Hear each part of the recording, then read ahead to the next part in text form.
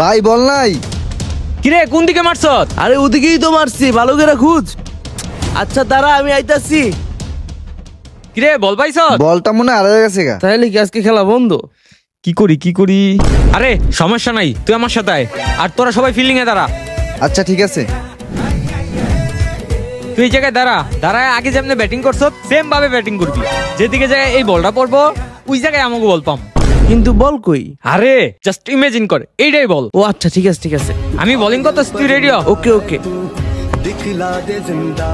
কিরে রেডি? হ্যাঁ রেডি।